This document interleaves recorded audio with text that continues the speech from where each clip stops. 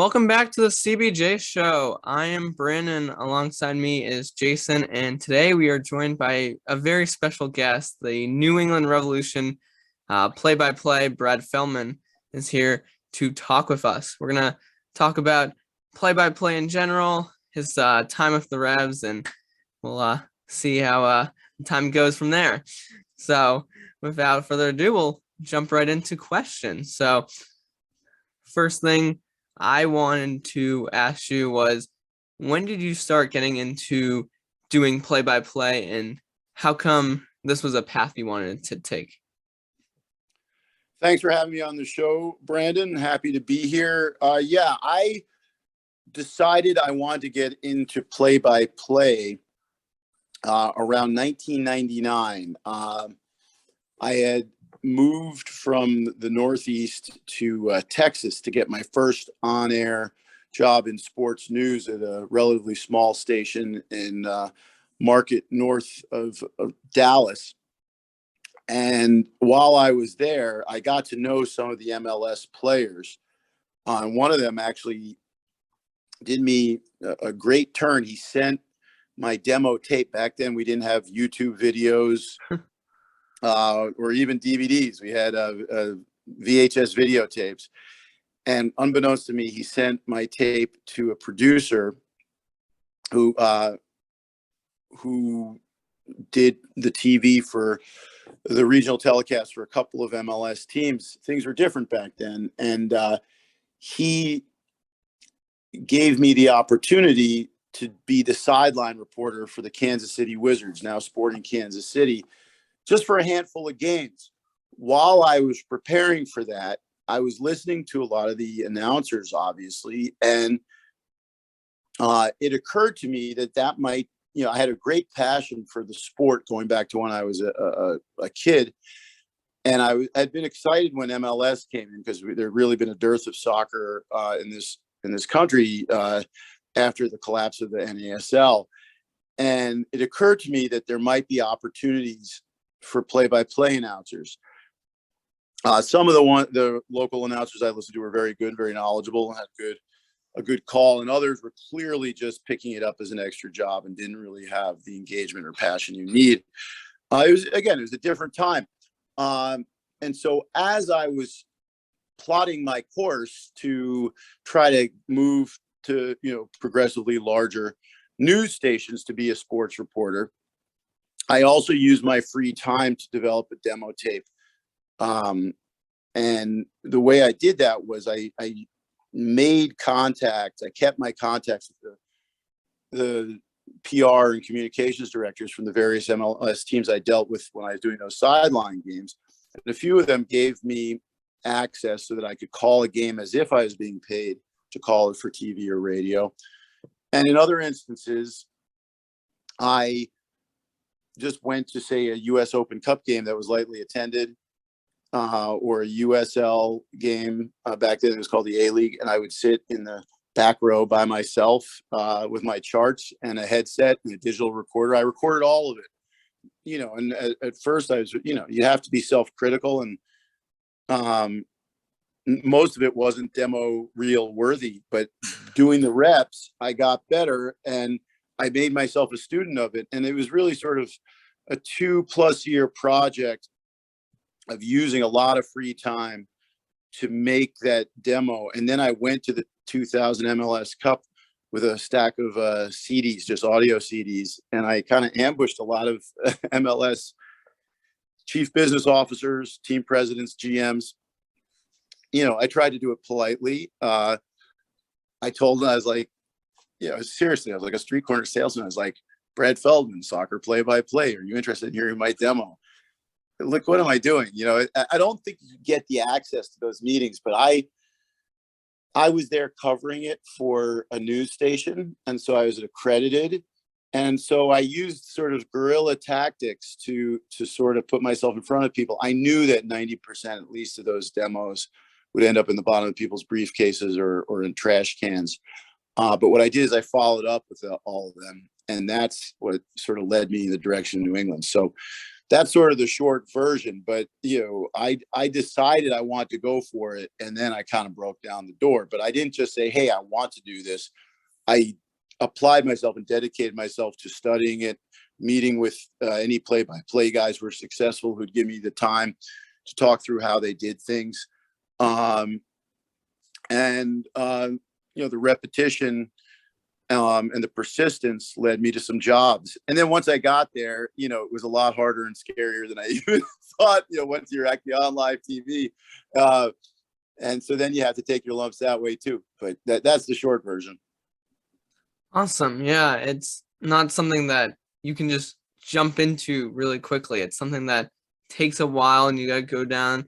And I mean, in anything in life, you're going to do a lot of stuff where you're going to get rejected. And so you got to just keep motivated and keep on going and going. So it's really awesome Absolutely. to hear that you're now still enjoying this so many years later. Very much so. I think one of the reasons why it worked is that the passion was real for the sport and for the actual work. It's one thing to like the idea of doing something. This is actually advice my father gave to me when I was looking at following in his footsteps. He's like, you can't do it just because you like the sound of it when you tell other people. You have to like the day-to-day work to really have the passion that it takes. Especially if you go into a calling profession that's very competitive or difficult, and you have other people who are, keen to get the limited number of positions. If it's something that you're doing for superficial reasons, then I think you're much less likely to succeed. And more than that, you're likely to wake up 5-10 years later, even if you do get some traction, and realize it's not what you love. And so I've been fortunate in that respect, because you're right to say I still do love it now, nearly 25 years later. Yep. It's great to hear. All right. Our next question is, what were some of your best memories from this past season with the Revs as the play-by-play voice of the Revs? Wow, there were a lot. I think there were some really magic moments. I would say being able to call the Supporters Shield trophy lift would probably be the top one. There were a number of goals. Sadly that tying goal in the playoff game where Ima Boateng fed Tajon Buchanan with that beautiful cross, that should have stood up as like one of the iconic goals in history, but then they lose in the penalty shootout. That was a great goal. It was a great goal. For a minute, it was one of the best calls I ever had, and then now it will be forgotten. Yeah, I was sitting in the stadium watching that, and everyone thought that was gonna be that awesome moment, and then it didn't. But that was definitely one of the younger people, the people my age who have been through all these Revs seasons. Like, I don't ever count my chickens until they're fully hatched and grown and on the table. And so but in the moment, that was very exciting. I think we had a lot of fun with Carlos Heel. About halfway through the season, one of the fun things we did is put together a reel of like all the times he like knocked guys over on the dribble. Like he was literally leaving defending players in a puddle behind him, and all the like, whoops, whoa, broke his ankles there. Like between Charlie and me, there were something like 7 or 8 moments where like he left guys literally lying down on the turf behind him. So that was fun. Yeah, those were funny moments. Yeah. Gustavo Bo's lob, off of the half field pass from Carlos Heel. Like those are some of the things that stick with me. And then also it's a sad moment, but when the team paid tribute to my former partner, Paul Mariner, before a game, that was a very moving moment. And even though it was difficult, he meant a lot to Charlie as well. But I think for me personally, to see what it meant to the club, to the current players, to the fans, I don't know, it just made, I know it meant a lot to his family too. And so that, when I look back at 2021, I have to include that because that will stay with me the rest of my life.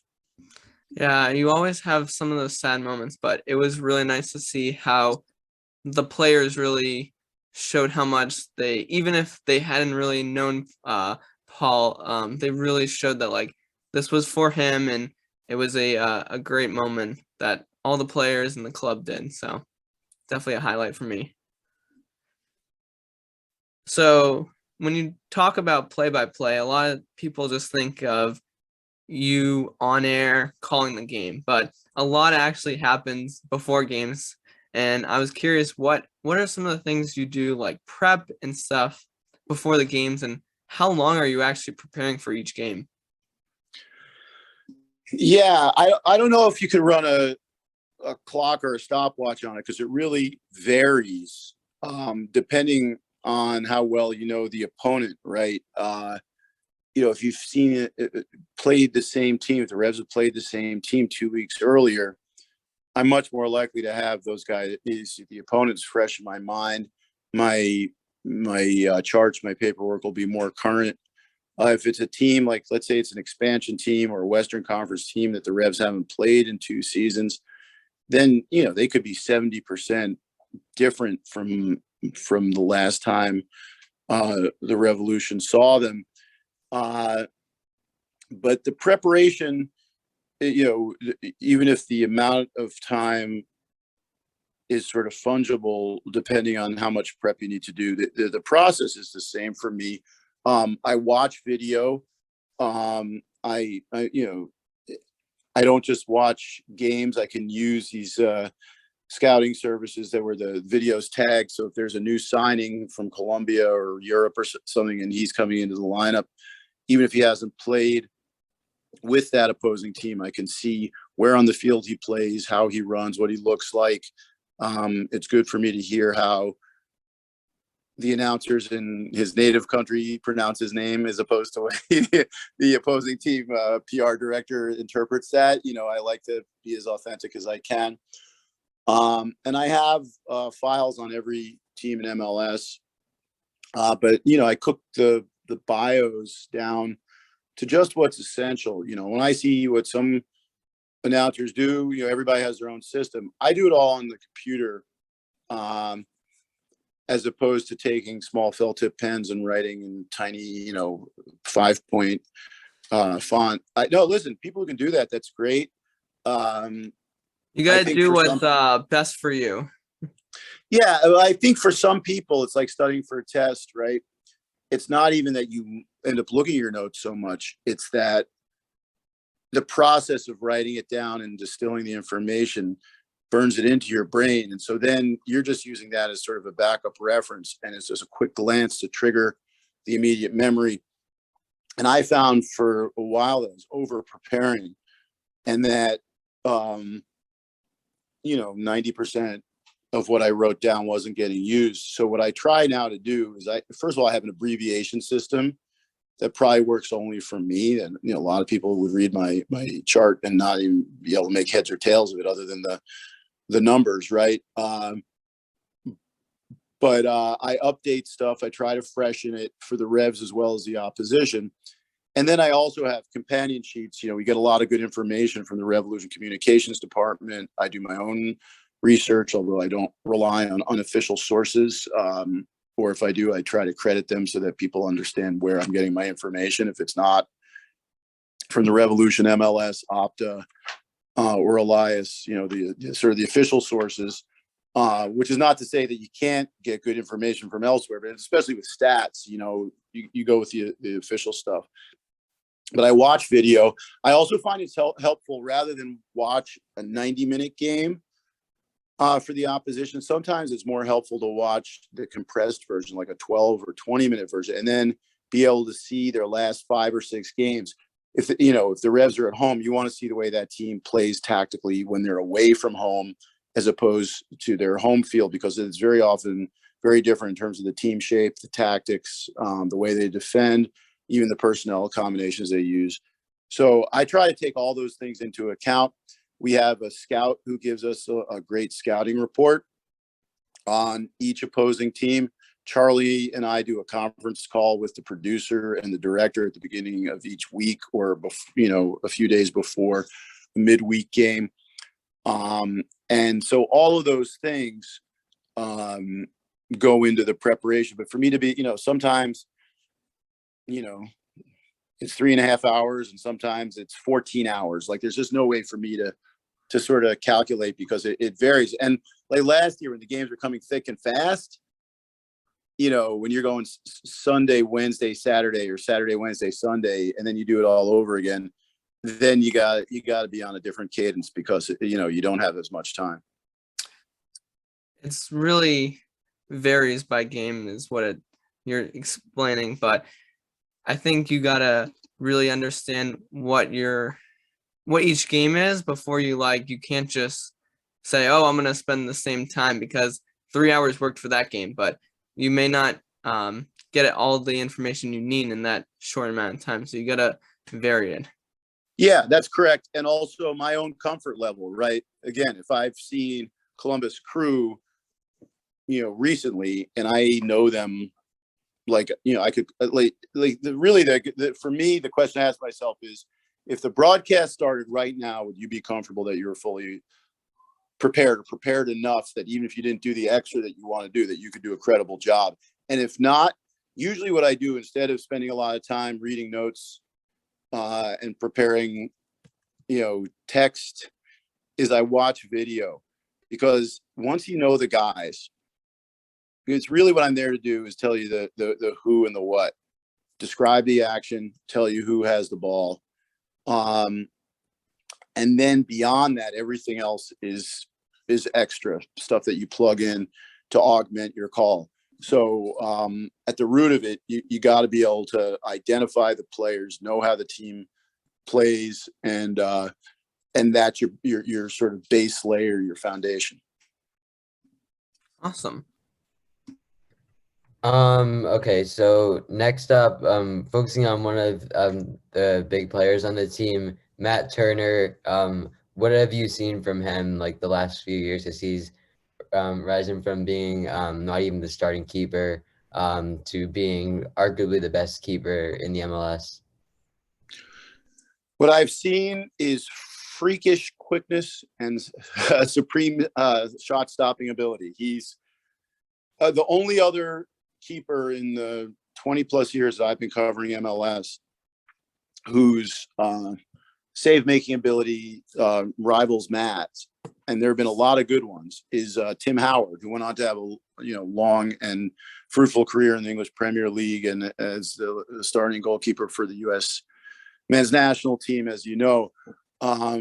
Matt, even when he was the third stringer with the Revs, showed tremendous promise and potential. And he was just raw because he was a late starter. He played elite baseball till he was 15. Didn't have some of the skills and tactics down the way more experienced players do. But a goalkeeper is a position that can bloom later, and it's more conducive if you have the physical tools and the hand-eye coordination, as well as the footwork to be able to adjust your positioning and improve it, is one where you can come in later and develop. We started to hear, I think it was in 2018, that he was having the best preseason of anybody in camp. I knew they thought highly of him when he first signed and were loaning him out to USL teams like Richmond Kickers. But it's no surprise that he's now starting games for the U.S. national team, and widely rumored, if not officially confirmed, to be going to the Premier League. I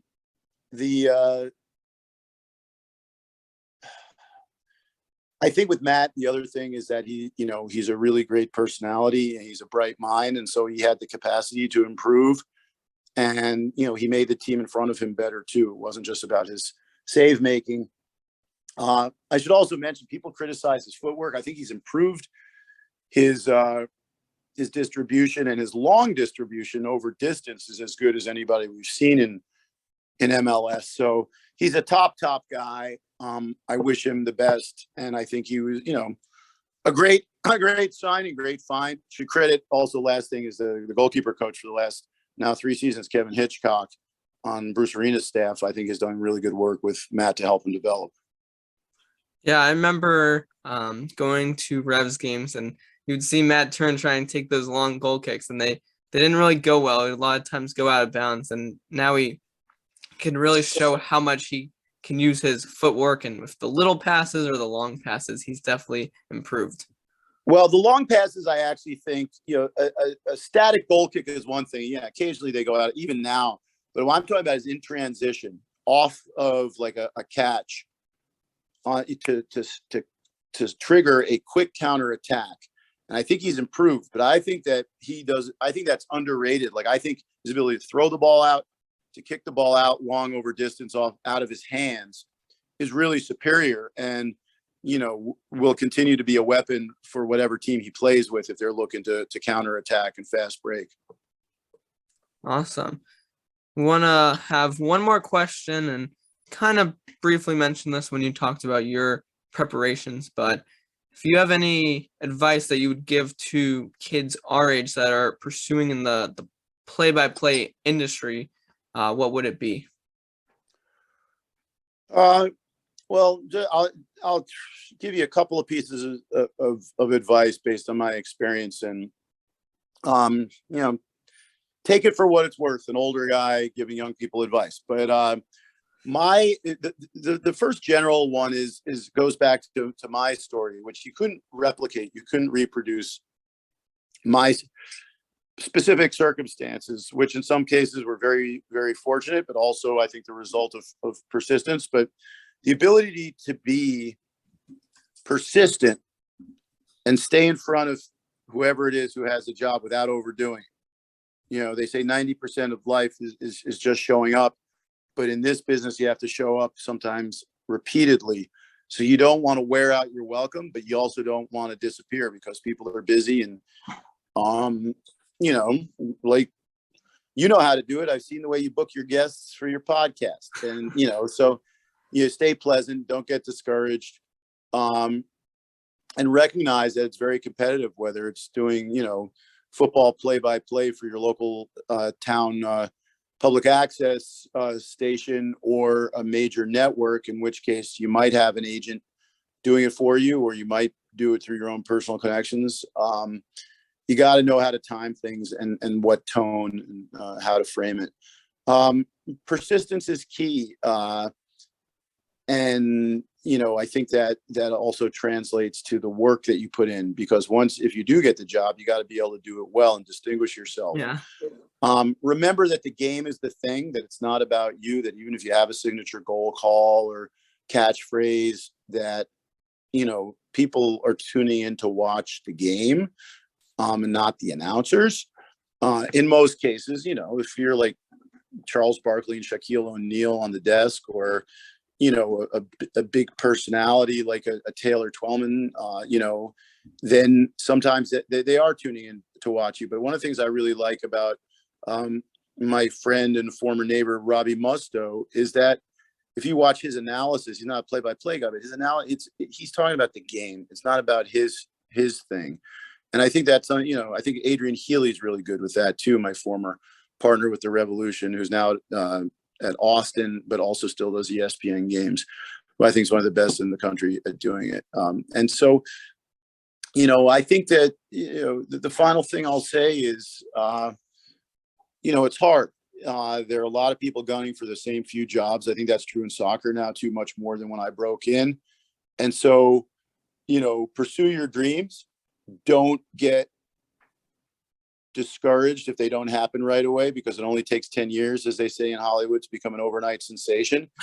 And, also, it's hard because not everybody has the economic means to sort of hang in for the long run. So, I would say, if you're able to get jobs in the field that aren't exactly the one you had in mind at the outset, do the calculation whether that's something that will be fulfilling, In the meantime, if it does give you either the income or the contacts or both to sort of stay in the game and keep going for play-by-play, because some people are going to fall right into a minor league job that leads to another minor league job and get a major league job. And then there's some people who are going to end up as content producers or off-camera producers, or doing on the board or behind the camera. And then you have to figure out, is this gonna A, provide the economic security that I want and need, and also, is my heart set on doing play-by-play?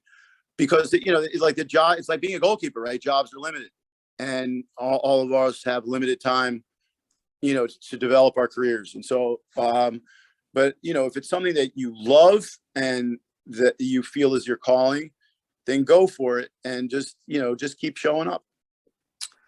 All right. I love that advice. And we want to thank you, Brad, for joining us. And you can catch Brad with the 2022 regular season on February 26th.